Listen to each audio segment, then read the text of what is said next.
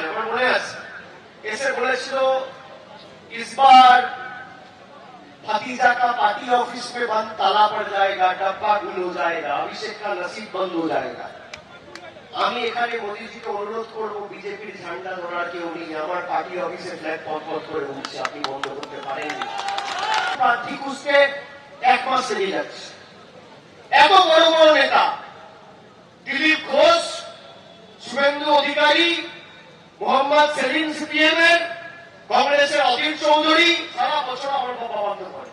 আপনারা ডায়মন্ড হারবারে এসে আমার বিরুদ্ধে দাঁড়ান না, কে বারণ করেছে? এই ঘাঁটি তৃণমূলের ঘাঁটি, দুর্জয় ঘাঁটি। আগে তৃণমূলের দুর্জয় ঘাঁটির নাম ছিল দক্ষিণ কলকাতা, এখন সারা বাংলায় দুর্জয় ঘাঁটি 1 নম্বর জায়গায় রয়েছে ডায়মন্ড হারবার। আপনি পারবেন না, আপনি যাকে ইচ্ছা করার চেষ্টা করুন, নিয়ে যাওয়ার চেষ্টা করুন, আপনি যত তদন্তকারী সংস্থা লাগানোর ক্ষমতা আছে লাগান, অপব্যবহার করার করুন।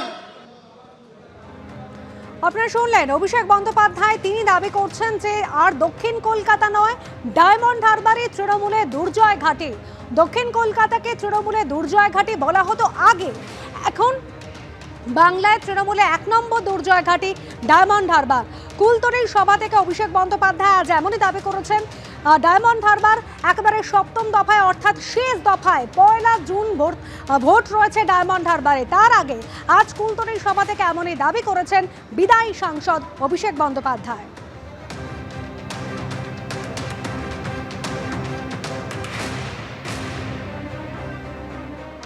সিপিএম নেতা তন্ময় ভট্টাচার্য এই মুহূর্তে রয়েছেন আমাদের সঙ্গে টেলিফোন লাইনে।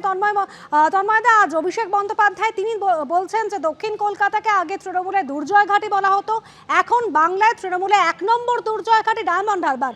সেই সঙ্গে এটাও বলছেন কেন মোহাম্মদ সেলিম বা অধীর চৌধুরীরা ডায়মন্ড হারবারে তাঁর বিরুদ্ধে দাঁড়াচ্ছেন না।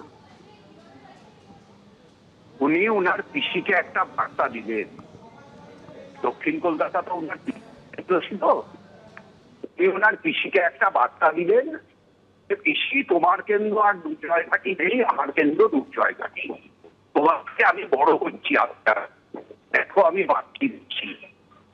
আর উনি বলেছেন অধীর চৌধুরী সেলিম ওনার ডায়মন্ড হারবারে গিয়ে দাঁড়াচ্ছেন না কেন। এখন আমি তো বলতে পারি যে উনি বহরমপুরে গিয়ে অধীর চৌধুরীর বিরুদ্ধে দাঁড়ালেন না কেন, মুর্শিদাবাদে গিয়ে সেলিমের বিরুদ্ধে দাঁড়ালেন না কেন, দমদমে এসে সুজন চক্রবর্তী দাঁড়ালেন না কেন। এসব ছেলে মানুষই কথা, এগুলো রাজনৈতিক প্রতিক্রিয়া কিচ্ছু হয় না। কেন উনি ভোটে দাঁড়ানোর অনেক আগে থেকে অধীর চৌধুরী বহরমপুরে দাঁড়ান, উনি বহরমপুর থেকে ছেড়ে এসে ডায়মন্ড হারবারে দাঁড়াবেন কেন? উনি তো নতুন প্রার্থী, অনেক পরে তিনি বহরমপুরে দাঁড়াতেন, উনার অনেক আগে থেকে সেলিম ভোটে দাঁড়ান, তো উনি কেন্দ্রে গিয়ে দাঁড়াতে পারতেন।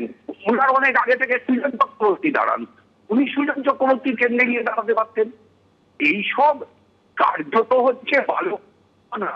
তৃণমূল কংগ্রেস যখন রাজনৈতিক কিছু বলতে পারছে না, যখন ইতিবাচক কোনো কাজের তৃণমূল কংগ্রেস সরকার বলতে পারছে না, যখন তৃণমূল কংগ্রেস কার্যত তার জনসমর্থন জনগণকে হারাচ্ছে, সেই সময় এইসব আকাশিক কথাবার্তা বলে নজর ঘোরানো হচ্ছে।